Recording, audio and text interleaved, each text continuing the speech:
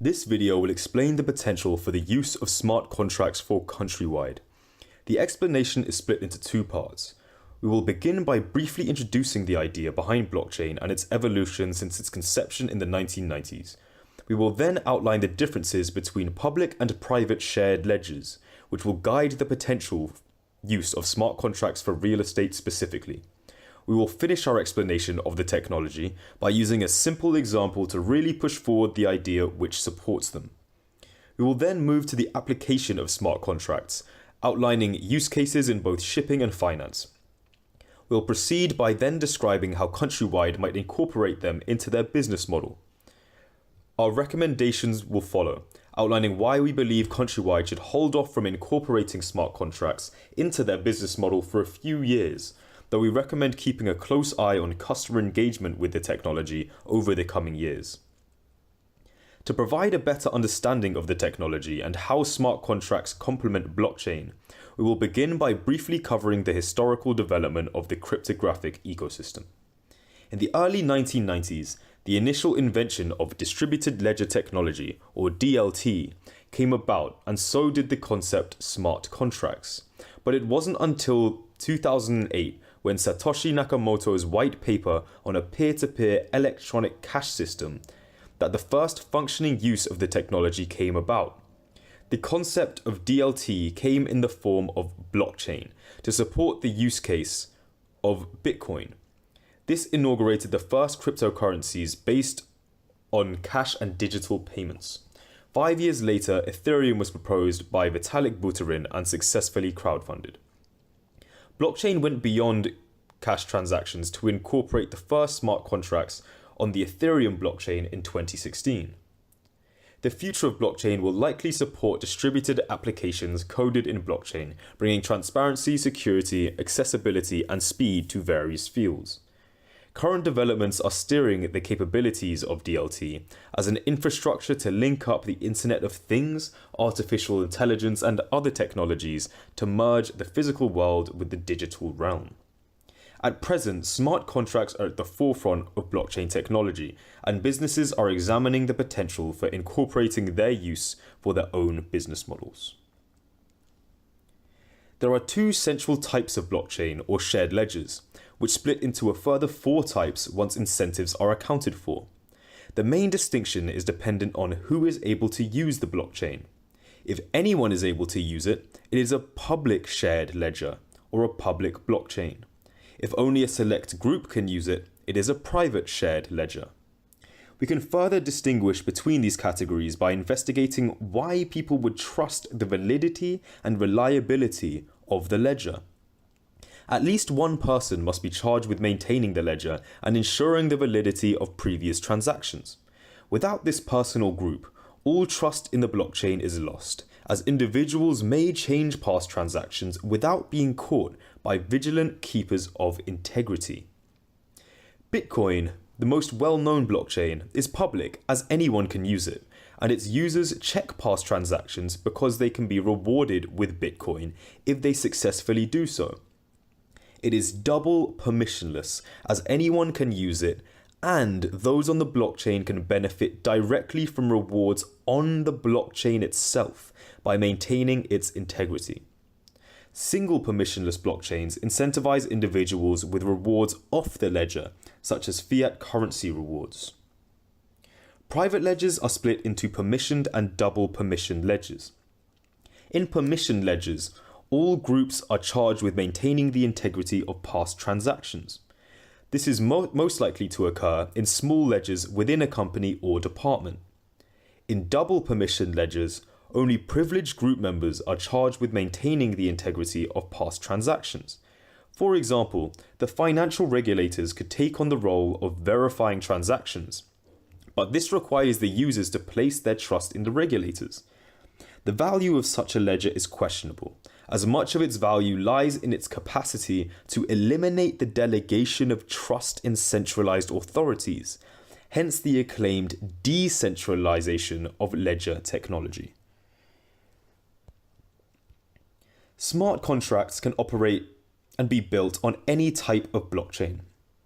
Nick Szabo, the man supposedly behind the idea of smart contracts, defined them as a set of promises specified in digital form, including protocols within which the parties perform on these promises.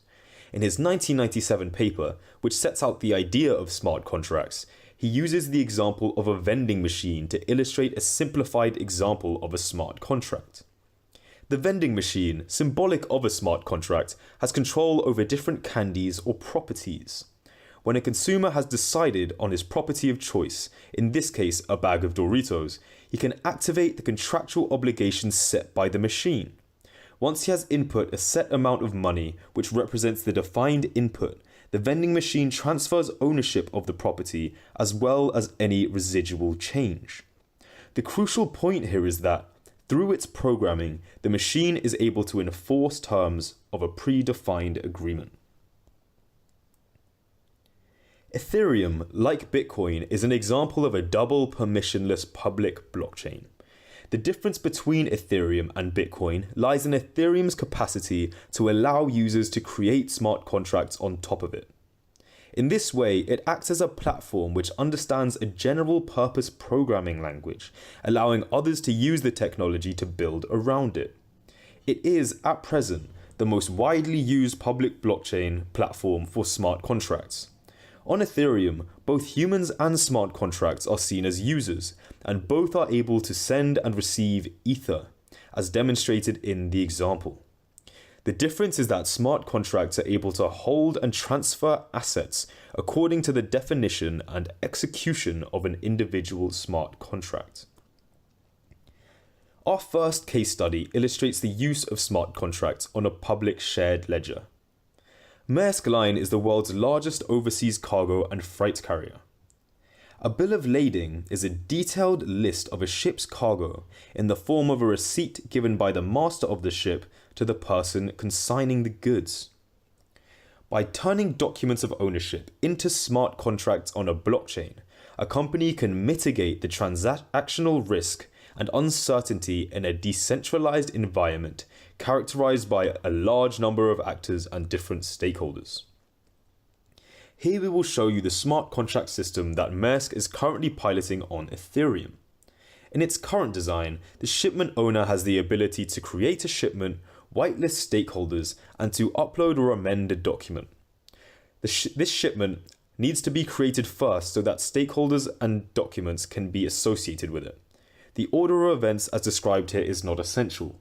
Stakeholders can be whitelisted first and followed by the upload of documents, or it can be done in the reverse order. The shipping process may begin with the owner of the shipment uploading agreed terms in text form to the Ethereum blockchain. The contract is then translated into code by Maersk's prototype software, which enables such translation. Figure 3 displays the transformation of this code into a smart contract through Etherscan, Ethereum's contract scanner. Whitelisting a stakeholder requires knowing the ID of the stakeholder and of the contract. Shown in Figure 4, the address ID and stakeholder ID have already been filled out. Having just created a contract, both IDs are already known.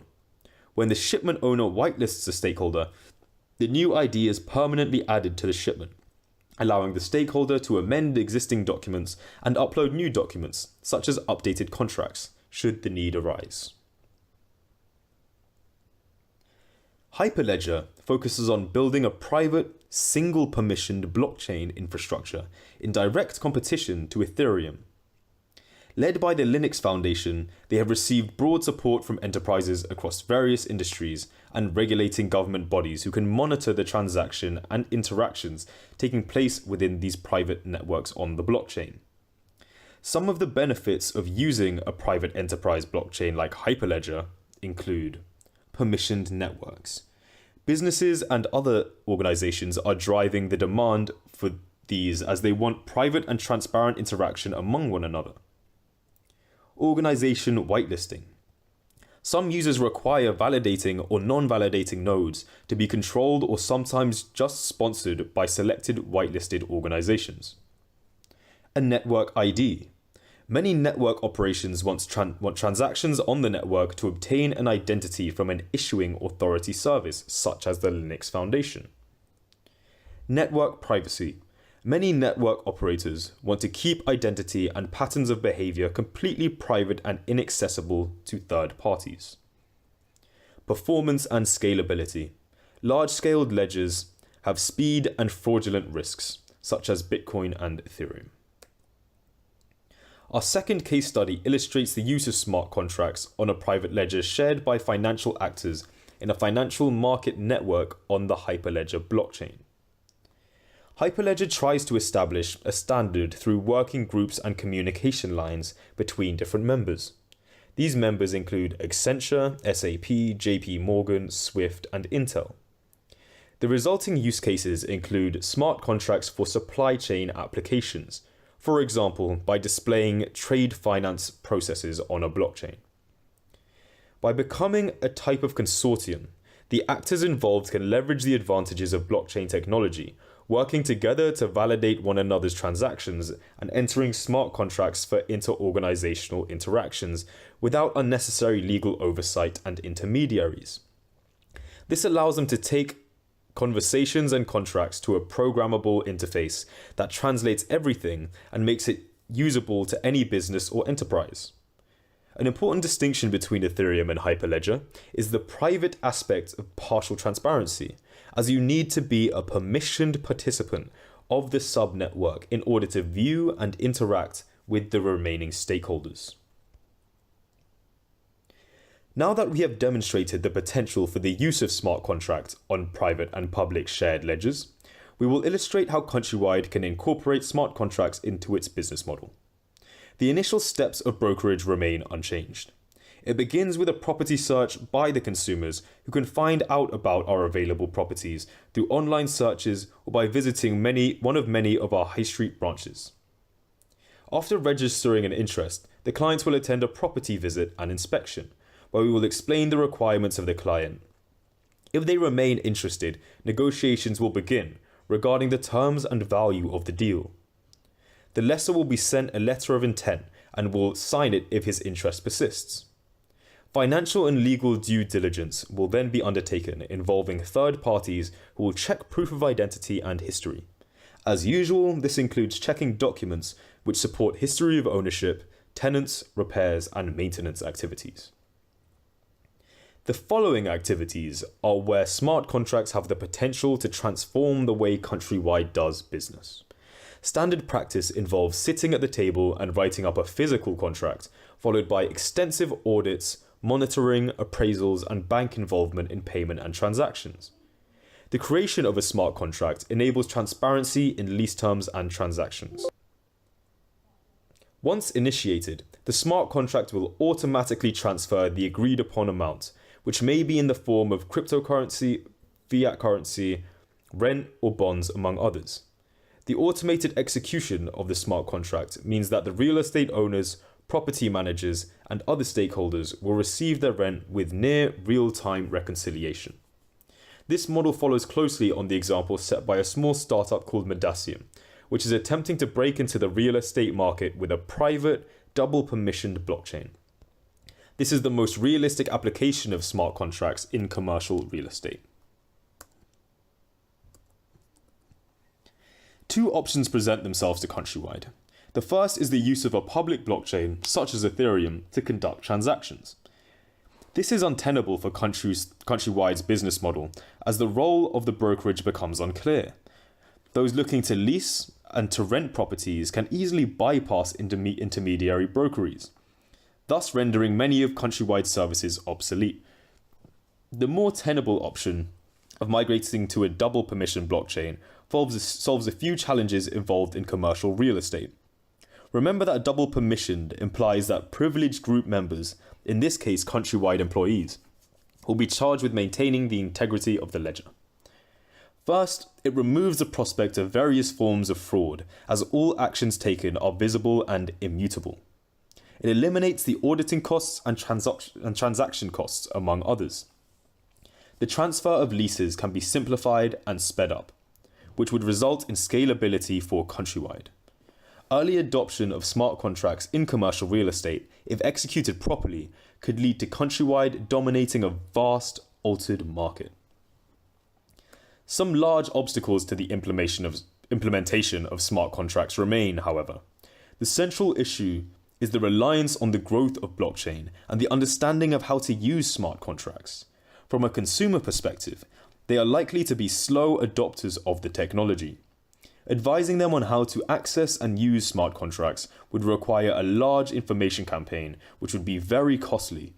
From a staff perspective, they would require extensive training, or technical experts would need to be brought in to assist in smart contract creation and execution.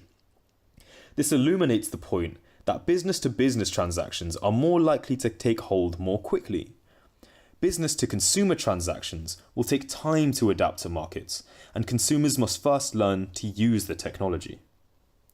Given these drawbacks, we recommend holding off on investing heavily in changing Countrywide's business model to incorporate smart contracts, despite the potential benefits it could offer. Commercial real estate may come to embrace smart contracts in the medium to long term, and we strongly advise the management team to keep a close eye on customer engagement and familiarity with the technology over the coming years. Countrywide should be ready to engage with smart contracts when consumers become comfortable with accessing and using the technology. We hope that this presentation has provided an overview of the potential for smart contracts in commercial real estate, and we thank you for listening.